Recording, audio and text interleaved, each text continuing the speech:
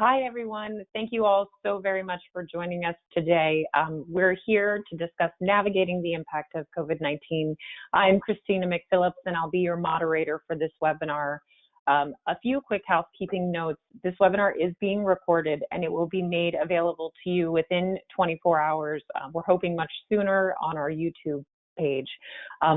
You should all know that you are all muted, but your thoughts and questions are very important to us, and we want to hear from you. We definitely do. So please chat your questions to us in the question box, and we will attempt to answer them on this webinar.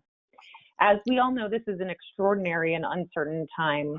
Projects we've been working on for months are now paused or canceled, and you may be asking yourself, where do we go from here? The webinar today attempts to share the experiences of 5 speakers from the library world. First, Jonna Ward is the CEO of the Seattle Public Library Foundation. She's been a leader in the public library fundraising world and is always seeking ways for us to all share information and to learn from each other. She'll help set the stage for this overall conversation. And then we have Kristen Varsness, the interim executive director at the King County Library System Foundation, as well as Cindy Sherrick, the director of donor relations at the King County Library System Foundation. King County is the largest county in Washington and includes the Seattle metropolitan area.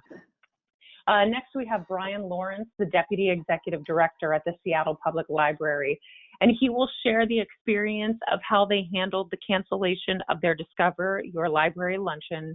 And then finally, we'll hear from Jennifer Jones, the President of the Toronto Public Library Foundation.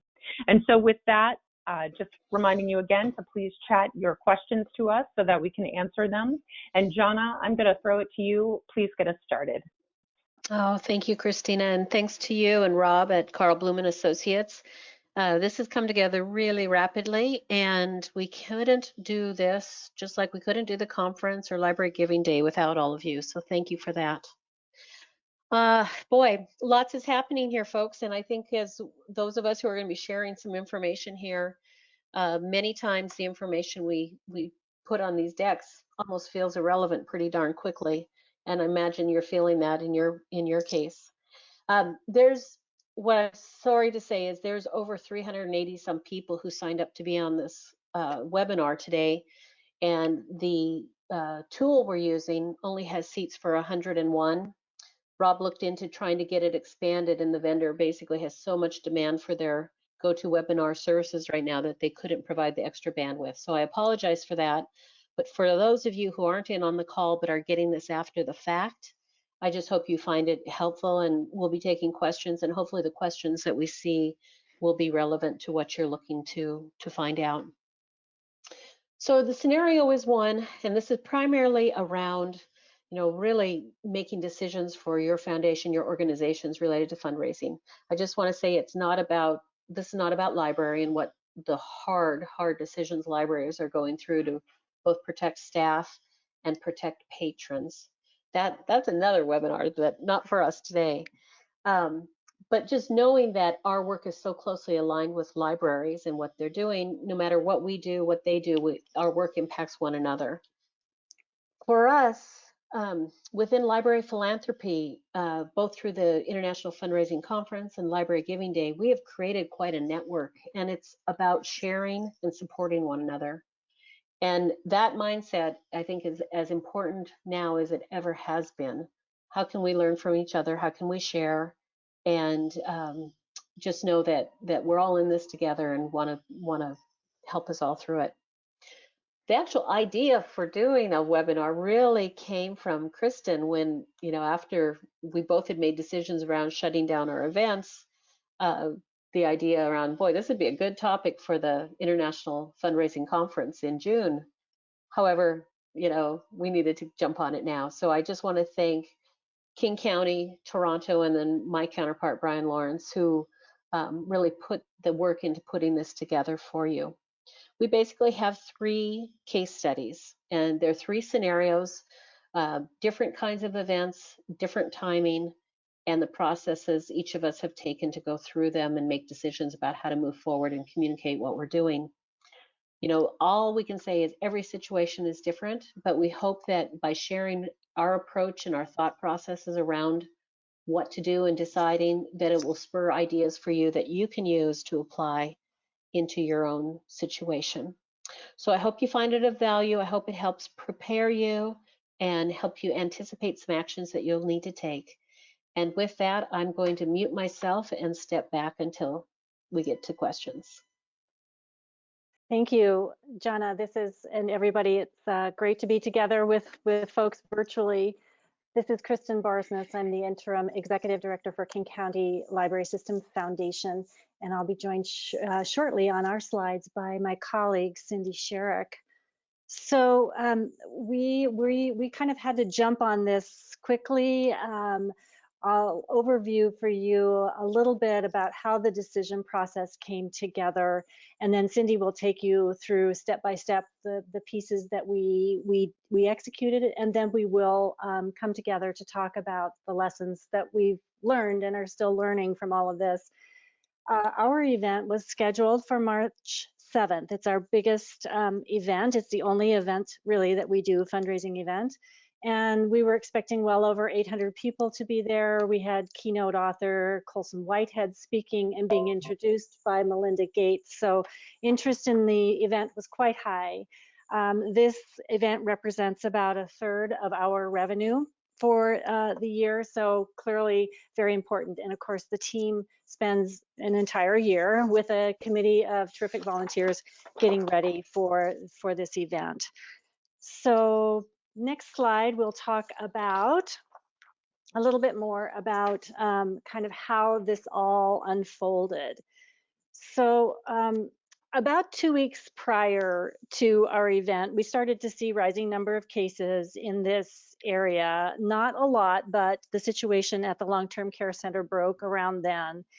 And so we started to have a little bit of concern, and I began to reach out to both library system leadership and board leadership, as well as our staff, to talk about, gee, we might want to just be looking at this. Let's just keep an eye on it. And then as Jana had said, and as all of you know, it escalated very rapidly. We started to see a lot of community transmission here. There wasn't a clear understanding yet of how widespread it was, and there wasn't anything in place to contain the virus at that point. There was no social distancing or anything like that. So around the 2 weeks prior date, I sent my first email to the executive committee of the board saying, here is a concern. I think we need to keep an eye on it. I'm watching, everything from WHO and CDC and all the other outlets, public health, but I want everybody just to be aware, kind of raising the flag. I also had that same conversation with library leadership. And the executive committee engaged in some good discussion just online. So then, of course, things continued to move even more rapidly. And finally, when public health began holding daily press conferences here, the level of concern skyrocketed, not only with our guests, but with our team, with our board. We began to receive phone calls, email inquiries, both from our presenters as well as our guests. We started to see a few guests canceling, not very many, but a few were. There were quite a few fundraising events scheduled for the same weekend in and around this area, and no one knew what to do. I made calls up and down the Puget Sound, actually, from Olympia to Bellingham, just to find out what others were doing, and everyone was in the same predicament. In fact, the biggest event in town, which was a healthcare organization, kept insisting that they would never cancel. So there was a lot of fear, a lot of confusion about whether we should do this. So that was really our inflection point. And if we could have the next slide, we realized about 6 days prior to the event that we had to really make a decision here. Businesses, Amazon, Weyerhaeuser, other businesses were starting to direct their employees to work from home. There was better research coming forward about the transmission rate of the disease as well as the mortality rates of the infection. So I called on the executive committee to make a decision. We forwarded an email to the entire board saying this is what the executive committee is recommending. It was that the event be canceled and asking for board input.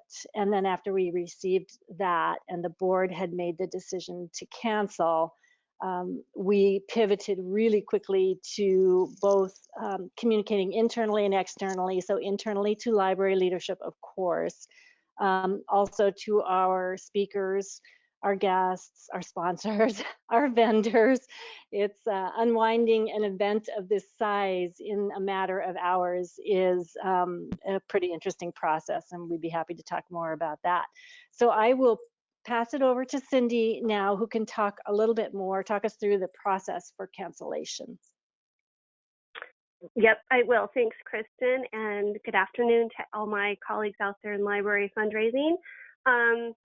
So right after we made the decision to cancel, we knew we needed to create a communication plan, and we did that quickly Wednesday morning in the office and divided and conquered. You know, one of our very first phone calls was to our venue because obviously we were contractually obligated to the Hyatt. So we needed to let them know as soon as possible, along with some other vendors. Of course, we had a lot of priorities. We needed to make sure that our authors knew and our speakers and our planning committee. We needed to make sure that the board and committee and the KCLS staff knew what was happening.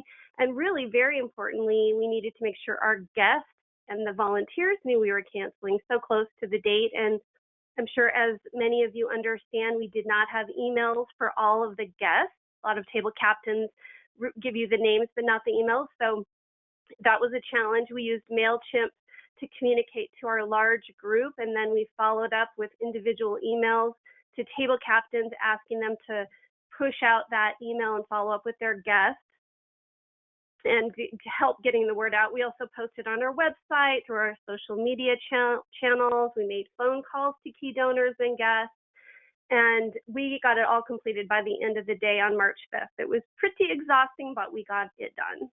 And now you can go to the next slide, Brian. So the big stressor on us was the venue, because this did not fall under force majeure because the canceling within 72 hours of the event, and public health had not made it a requirement to cancel events of this size yet. So we were contractually obligated for 80% of the food and beverage minimum. I'm happy to say that just yesterday we received an offer from the Hyatt to reduce it substantially. So we're really happy with that, and really, inspired by their community spirit in this. I know the Hyatt is struggling as well as everyone else. So we were really very fortunate that our keynote speaker, the photographer, the auctioneer, and many other vendors agreed to postpone their contract with us until 2021 with no fee. And many of our expenses like supplies and other things will be repurposed in 2021. So that's the good news. Thank you. On Thursday, we spent a lot of the time working on messaging and officially transitioned to the virtual gala on Friday. We sent a follow-up email to all of our guests asking for them to raise their paddle virtually. We emphasized our challenge match. We offered an additional incentive of having copies of Melinda Gates books available for gifts of $1,000 plus. Melinda Gates was introducing our keynote speaker, and she had pre-signed 150 copies of books. So we used that as an opportunity to have an extra incentive. We also sell tickets to author salons, which are future small events. We had a link to that ticket sale, as well as sales of our wine magnums, which really, unfortunately, is something that was dated. These are were our centerpieces. It has the date and the image of a brand of our 2020 event. So we're still selling those. If anyone's interested, let me know. And then we decided that, looking forward as follow-up to the gala, we have Library Giving Day, we have a spring newsletter, we have Give Big, which is the big thing in Seattle, and then the mid-year appeal will have a refocused theme. Thank you. And then lessons learned, and Kristen, feel free to chime in here. You know, timing is everything. For us, we really had very limited options. You know, if we had had more time to, you know, cancel everything, it would have been a different situation. But we really were nimble, and we were able to pivot quickly and made the best out of a bad situation. You know, there's certainly opportunity for growth through this. You know, this is relationship building with key donors. I've been on the phone and had great conversations. People are stepping up. New donors are stepping up with gifts in lieu of attending. And, you know, this has taught us a lot about how to build this experience into our plans and contracts for the future. Yeah, that's Kristen? great. Cindy, the only things I would add to your good summary would be, you know, of course, involve your board as early on as you can to get their feedback, involve your library leadership early on. And the follow-up is really key as you transition to online, or if you reschedule, figuring out ways to get that word out there really quickly so that you can plan for both the immediate next steps you have to take, as well as what's going to happen in the next several weeks. I think that this is going to be our new normal for quite some time, so we need to all be focusing on how we fundraise and support library priority needs right now. That's about it. Great. So this is Brian Lawrence from the Seattle Public Library Foundation, and I'll walk you through a little bit about how we made the decision to cancel our Discover Your Library luncheon. So ironically, this event was scheduled for today. In fact, right now we'd probably be doing our ask to the public, or actually we'd probably be wrapping up right about now. But I'll go through and talk a little bit about our process for decision making and our communications plan, talk about our implications with our venue, how we're working with sponsors to redirect their funds, and how we're looking at our ongoing fund development efforts and adapting. So first of all, when it sort of came to decision making, I think this is becoming easier for a lot of libraries across the country now, but at the time for us, one of the things we did is we just finished a strategic planning process where we created some values, and we actually went back and looked at those values and said, how does our decision-making process align with those values? So it was a good way for us to sort of implement something that we've already been talking about, but we really thought about what is the health and safety of our populations, especially recognizing that our donors, many of them belong to older adult populations, which are more susceptible. We also had a significant debate about whether to postpone or cancel the event. And I'll share a little bit more about that in a second. We also consider what is the long-term perception if we were to go forward to this, how would our donors perceive us in the community? And lastly, and probably the least important, was the financial impact. We are in a fortunate position in Seattle where we have healthy reserves and a strong base of donors. So we felt like we could weather whatever impact we might have in the short term in order to balance our long-term needs.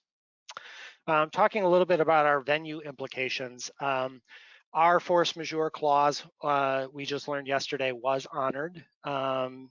The initial proposal from the hotel and audio video vendor was to receive about a 50% decrease on our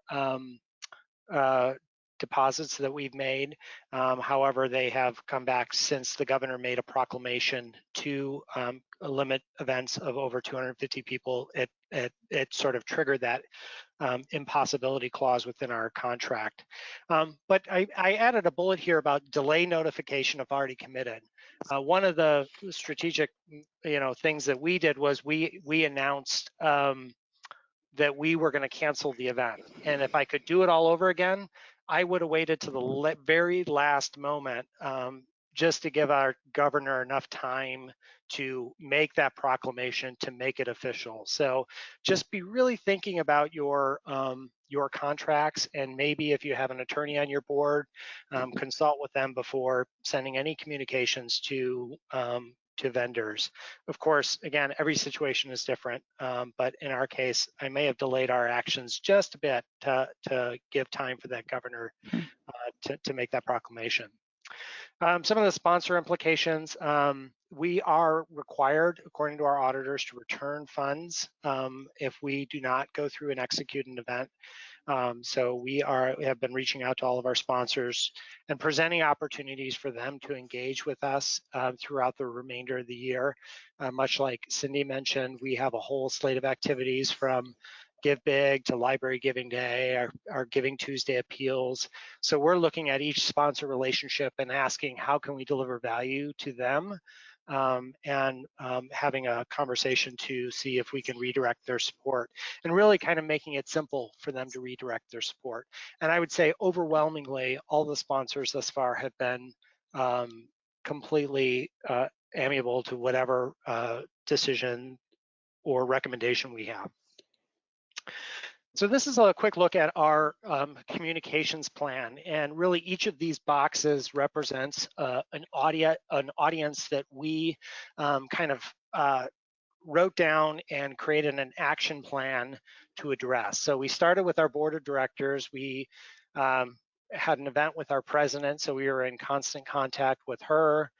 From there, we went, I consulted with our donor relations committee chair, who is an experienced fundraiser, and got his feedback. We then went to our executive committee and updated them on the situations. From there, we went to our event team. We got the pulse of our event chairs, understood how they were feeling about it. Then we convened our event committee in pretty short order. We learned, again, what Cindy said about some of the corporate members of our community and how they were responding to the crisis. So it was super helpful to hear from the members of the committee, which is pretty diverse.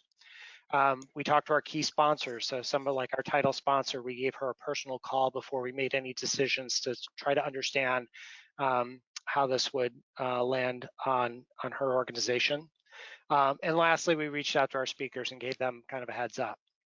From there, once we made the decision to cancel, and we did make the decision to cancel rather than to postpone, because we learned during our event committee conversation that often when you're faced with a situation, we're in Seattle where when it snows, things shut down. So there have been a number of events that have been canceled due to snow emergencies in our city. And the experience of some of our event planners on our committee was that people are often very excited about rescheduling.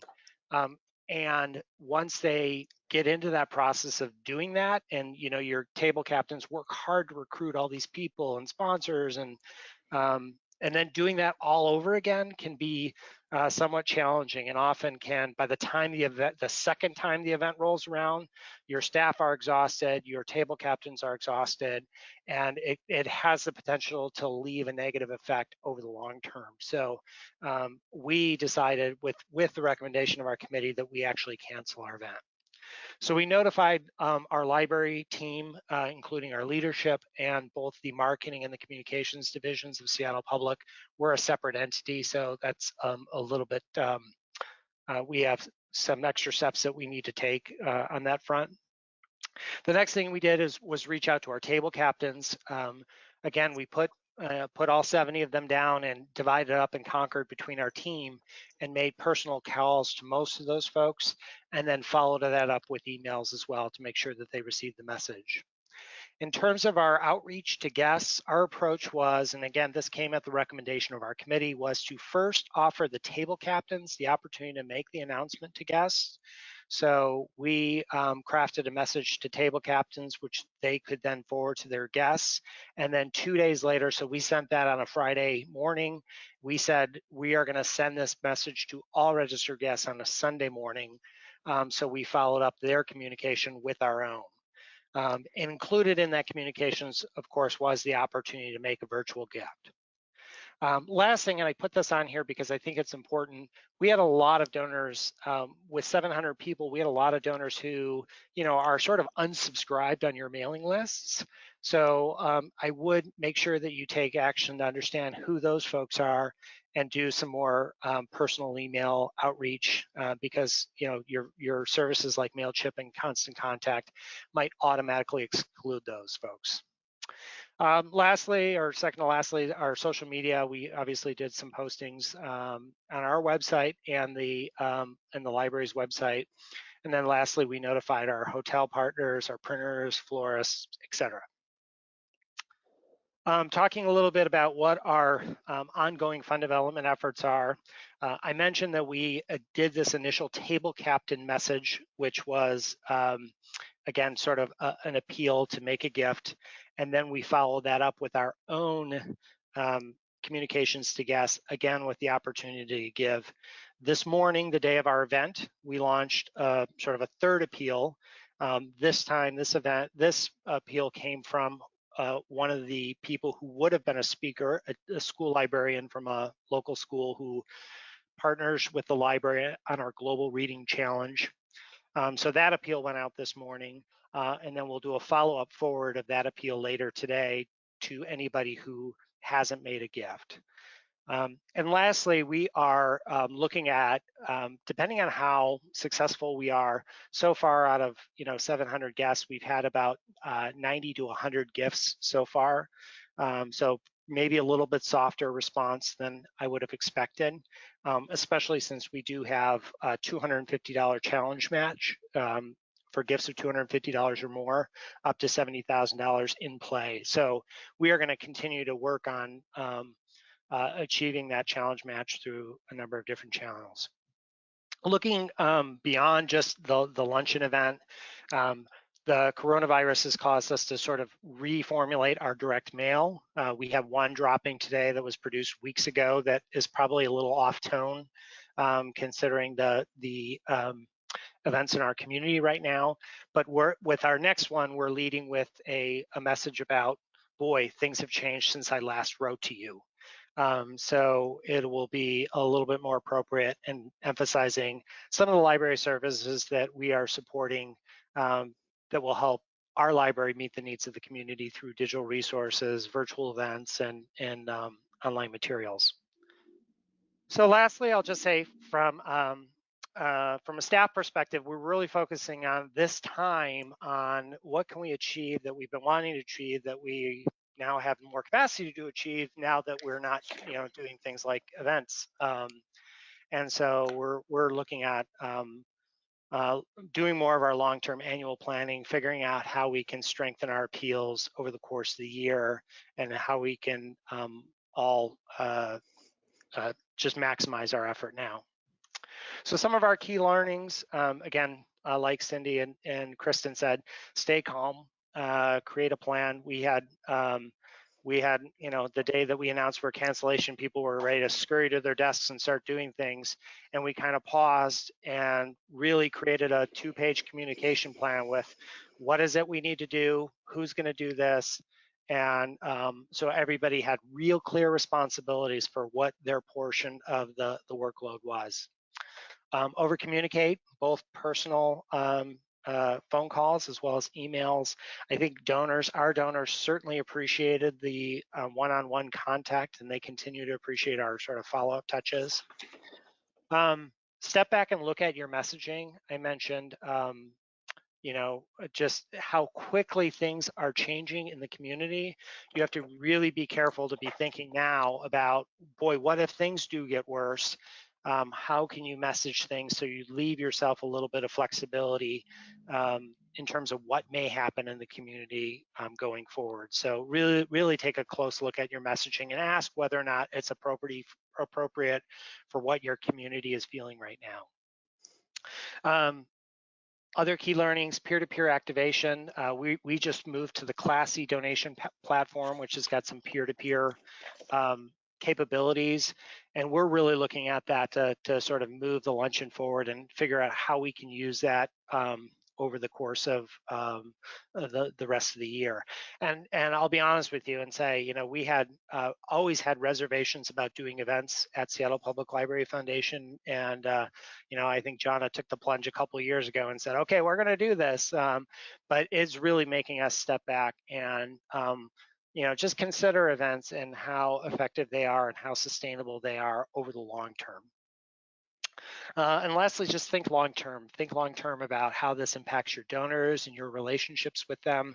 It is an opportunity to get closer to your donors. And I think most people, you may not raise as much money as you had hoped to through an event, but I think your donor community will really appreciate however you are responding to this crisis. And, you know, if they're like ours, they'll be with you in the long run. So now I'll turn it over to Jennifer, and she can talk about the Toronto Public Library's response. Great. Thank you, Brian. So hello, everyone. I'm from Toronto. And to set the stage a little bit, I am on day 2 of working from home. The city shut down our libraries and our parks and rec on Friday. And we kind of anticipated that was coming. And so a lot of what you'll hear me talk about was looking to the beyond just the foundation and the work that we're doing, but what was happening around us as an evaluation of how we should proceed. So our biggest challenge is that our biggest fundraising gala was scheduled for April 23rd. It's an annual black tie. We raised last year just over $750,000, and we have about 450 guests in the room. Each table has an author that is made to be like a rock star of the night. And so we also had 43 authors lined up to come in. It's a pretty big undertaking, like a lot of what I've heard you talk about. What's interesting is we were also going into a collective agreement over the last few months. So we were already putting in place the possibility of being in strike while our gala was being planned. So we took advantage of that lead up time to make sure we had our crisis management plan in place. We had a business continuity plan in place. We were training our staff on how to cross the picket line, and staying very closely with the library as we do regularly, but perhaps a little bit more so because we really wanted to understand what it might do to our gala. Then the virus started to creep up, and we recognized that that was another data point that we had to start paying attention to.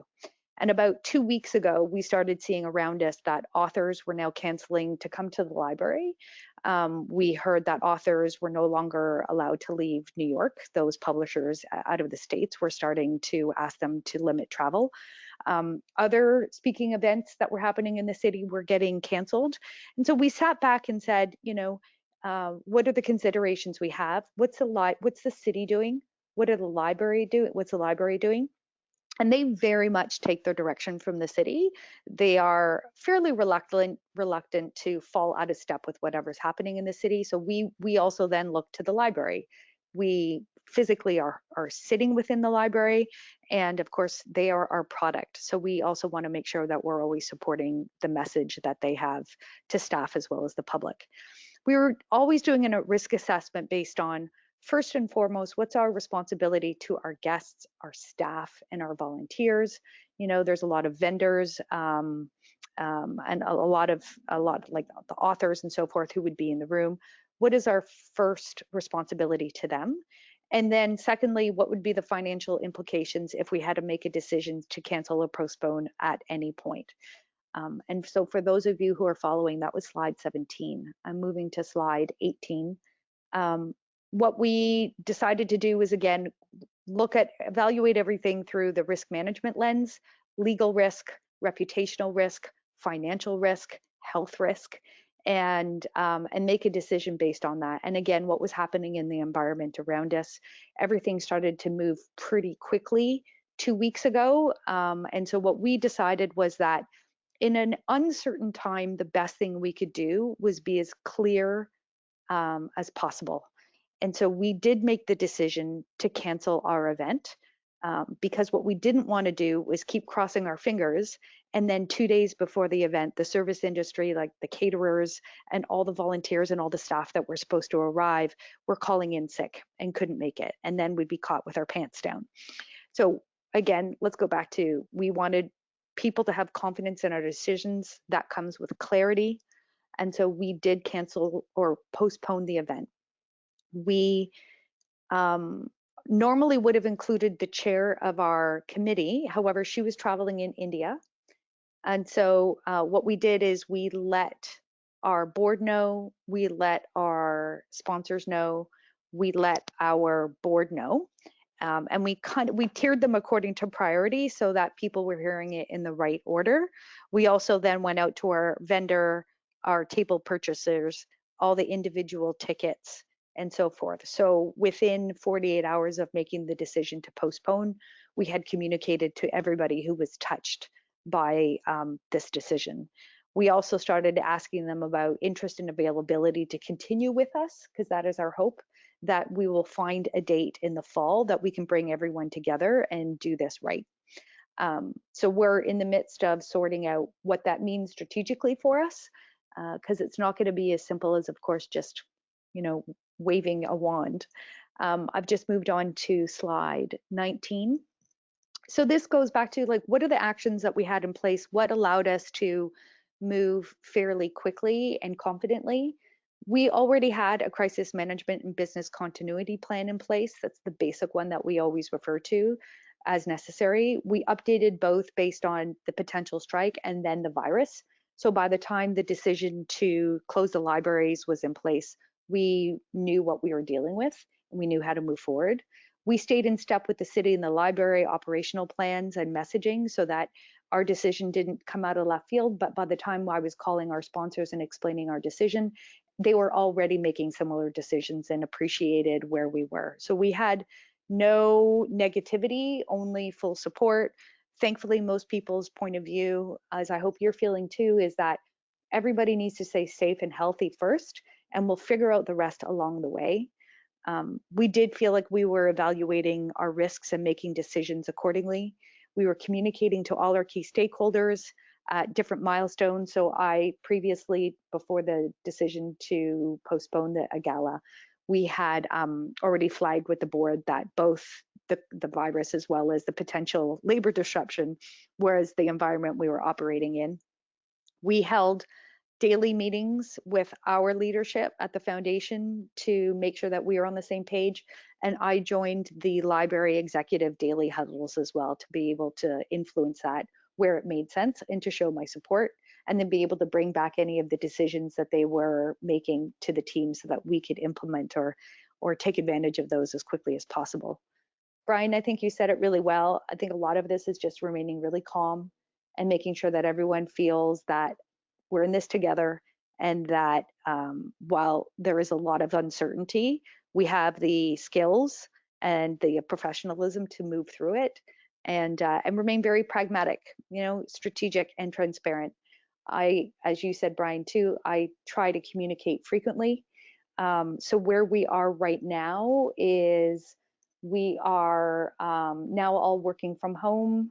And I have a leadership call at the end of every day with my team, my executive team, and then I send out a daily email to the foundation staff, letting them know if there's been any updates. And we take our lead also from the city, because they have a media briefing every day in the afternoon. So we wait to hear what the new DEFCON is that we're at, and then we message that appropriately. And fundamentally too, and Brian, you said it well, I think when the dust settles, our business still has to be in good shape. So we're keeping all the essential business practices moving. We are putting a hold on certain things that would seem a little gratuitous or tacky at this point. So we're not going out with new proposals. We're letting things settle for a little bit before we re-engage with certain conversations. But we are moving meetings to calls to being rescheduled if necessary, depending on where people's heads are at. And in the meantime, we're also taking opportunity of this downtime to do the things that we may not get to all the time. So some housekeeping or administrative work, updating policies and so forth, professional development, training, as well as the chance to be mentally free to consider what else is possible. I think what's really interesting about times of crisis, if you will, is creativity can spur a lot of new ways of doing old things. And I'm encouraging my team to consider what we may want to explore right now, because most of the time we don't have the mental bandwidth to do that. So it's both an exciting and fascinating and unwary time. And as long as everyone in my life stays healthy and safe, I'm approaching this with some fascination. And that's it for me.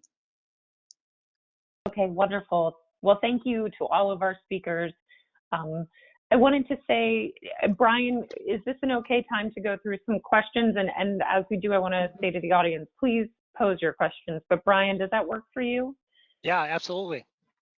Great. Okay. So everyone, there is a question box. We have gotten some questions, so I'm going to go ahead and post those to our speakers. I want to also, because we have some time, we have 20 more minutes left, of which we may not take all the time, but if you have any questions about fundraising in the current environment, if they are even beyond events, let's have an open dialogue right now. So feel free to ask questions and we will discuss them with you. Would anybody that is, any of the speakers today, could you expand more on refunding the tickets that you had for your events? The audience was asking about that. Well, I guess I could start in saying, you know, we consulted with our CFO, who ironically last week was also the day that our auditors were on site. But when you do have an event like ours, for example, was a suggested donation event. So a lot of the event contributions that may have come in beforehand are sort of considered a donation. But when it comes to the corporate sponsorships, those are what we feel like we need to have a conversation and obtain in writing the authorization to redirect those funds to another purpose. Because really, I mean, a sponsorship is, or you know, a ticket might be considered like a purpose-restricted gift. So it's just a matter of touching base with people and seeking permission, obtaining, you know, in writing that you can reallocate that gift to another purpose. And this is Kristen. We immediately offered, as part of our messaging, we said, of course, we're happy to refund tickets, but we're hoping that many of you will join others in considering the ticket price part of your support for the libraries. And to date, we've had, I know, fewer than 10 people asked to have their tickets refunded, probably fewer than 5. And Toronto, we positioned it as a postponement, so we haven't engaged in that conversation yet, and nor has anyone asked.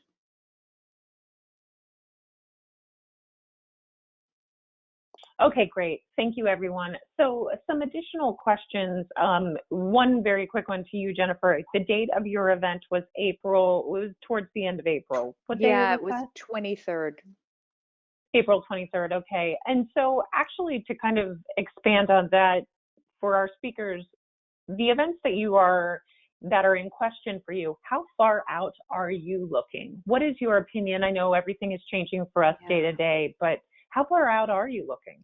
So we actually, to draw a line in the sand so that my team had, again, let's go back to clarity. It was like, I think this is going to be longer than we are being told, quite frankly. But just for the sake of clarity, I said, let's expect that the gala will have to move to the fall. But we have a lot of other donor events that are scheduled for the spring.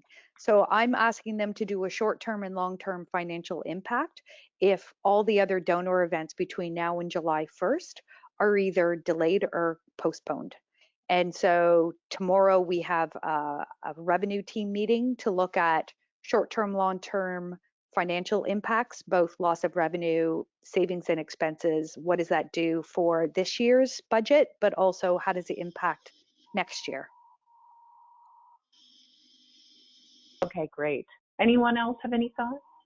This is Kristen. I would say, so I have a background in healthcare fundraising as well. I spent probably close to a decade doing that. And I've also had a longstanding interest in medicine and public health. So I'm following a lot of the researchers on Twitter. And I would echo Jennifer, this is going to be a lot longer than 4 weeks or 6 weeks. We're looking at quite a long period of time for these, especially social distancing measures, to help mitigate the virus impact. Okay. Yeah. Okay, thank you for that very honest feedback. I think that's kind of what we're all wanting to hear. I have another question, and maybe, Jana, if you're still there, and you might have some opinions on this one, but someone has asked, and I think this is the question we're all asking ourselves. Even, you know, at Carl Bloom, we fundraise for libraries, but we also fundraise for public media stations and other kinds of nonprofits. Have you found the best way to engage donors during this time? Because everybody is very focused on the health situation and the messaging must be appropriate. Jonna, what are your thoughts on this? Yeah, that's a good one. So I think Brian remarked earlier, before you send anything, if you wrote it yesterday, read it with today's world in mind, because the tone can be so easily off-putting.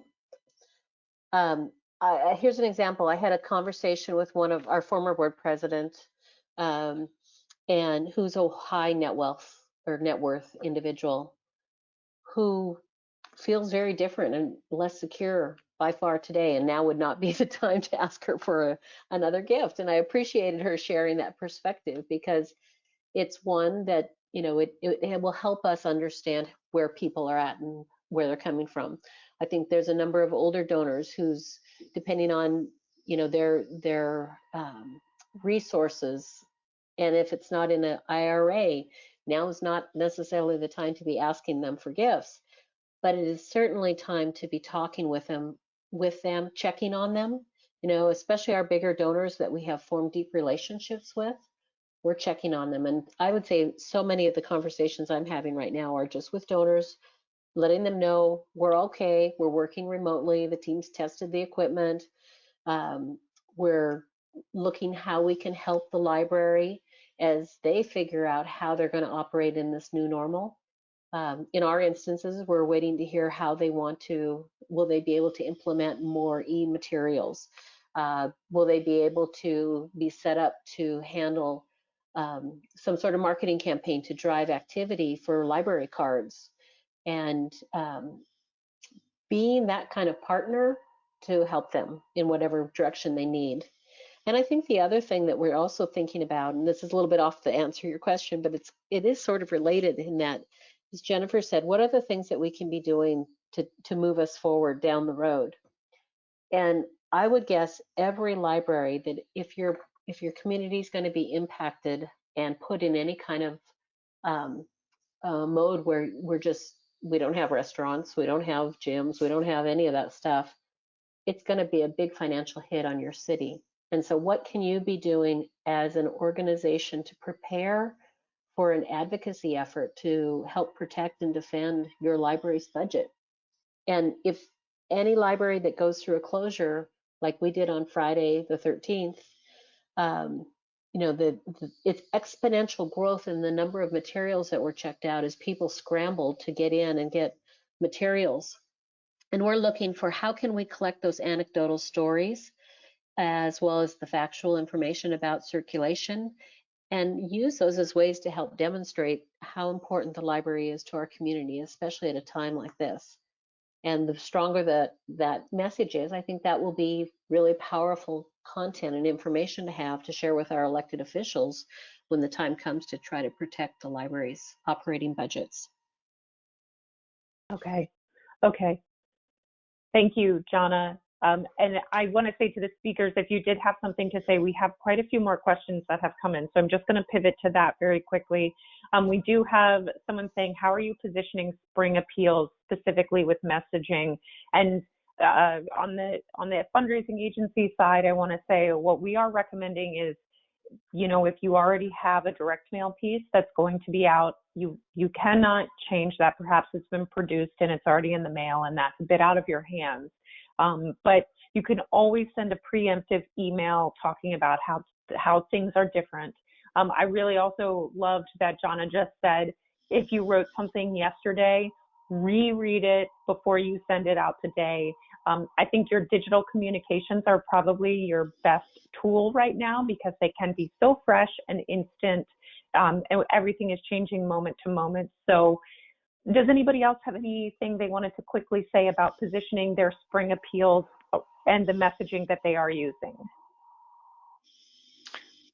I guess one thing I'll add is just sort of question the business as usual. You know, you might have to just be thinking about postponing a lot of your, or, you know, the tones of your appeals. You may have to just kind of wait this out a little bit and then plan to come on strong towards the end of the year, assuming things are going to recover or at least get better. But you know, take the temperature of the people in your community. I know in Seattle, people are kind of freaked out here, and I'm guessing it's probably the same across the country. And so be thinking about whether your messaging matches the mood of your community. Yeah, this is Kristen. I agree with all of that. I'd also say that look at the opportunities, and I think all of us have touched on this before. Look at the opportunities we have to raise funds to help people access the library. Now, that's one of the things we're focusing on. We're still processing our wrap up and transition of our event, but that'll be next on our list, is to look at the messaging that we have out there. And this is Jonna. I just want to say the other thing is if you're already seeing that probably an event was in your plans for spring and it's like time to back away from that, this is also an opportunity to pivot and leverage the Library Giving Day on April 23rd. There's a toolkit, there's all kinds of materials that exist that might provide you just a different way to commit your resource and energy than you have in the past, and start to leverage the digital tools. If you want to use direct mail, things that give you like new tools to be using at this time. So April 23rd, Library Giving Day, I just had to put in a little bit of a plug for it because it will create an opportunity for you to touch bases with your donors, to participate, show your support, solidarity, show how much the library means to you and your community at such a trying time. It could be a really powerful thing for you. I agree with that, Jonna. This is Christina, and we were just within the last hour or so having some internal conversations at Carl Bloom about how we could hold a webinar for the library community based on, what adjustments maybe you make for Library Giving Day in a coronavirus environment. So please stay tuned for that. It is our goal to provide you as many resources as we possibly can. So we're thinking about that. I want to ask, Brian, yes, please go ahead. If I could just make one quick data point with Seattle Public Library, on the day that we announced our closure, we had about 104,000 books checked out, which eclipsed our previous one-day average of I think around 40,000 items in a particular day. So that's an example of, we're not sharing that with the world because it kind of goes against the social distancing, message that has been out there. But it is a data point that proves how much people value and use their libraries. And so that's kind of a message point that we'll be using appropriately in parts of our appeals as we sort of navigate this. So Christina, can I just take a couple minutes? I want to as we close out here, just want to recap some things that I heard that I think I just want to repeat. And yes, that's, please. For example, a force majeure clause. It's like, yeah, I think I've skimmed past that way too many times, and in the future I never will again, because it is something that is really critical and really important. Creating a continuity of operations plan. This is something that every organization, probably whether your library has it or your foundation or friends group has it, it is a way to get yourself organized around the different areas. And we have a version of it. Ours is quite simple, but it's quite functional. And I'm thinking I will post that out on the Facebook page that's for the International Public Library Fundraising Conference. So if anybody wants to see what a continuity of operations plan looks like, I'll put ours out there. Kind of related to that is then, this is about your ability to be nimble and work remotely if possible. Make sure your organization is set up for that. We had the good fortune of moving to a cloud environment back in 2017, and it's quite amazing how slick the tools are. It's certainly not the same as being in person, but it's allowing us to continue to function quite well.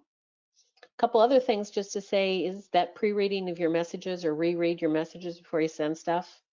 Don't put a date on giveaways. I never thought about that, but now knowing all those wine Nebuchadnezzars are dated out there, I'm so sorry, Cindy, that happened, but it might be a way to just think about in the future.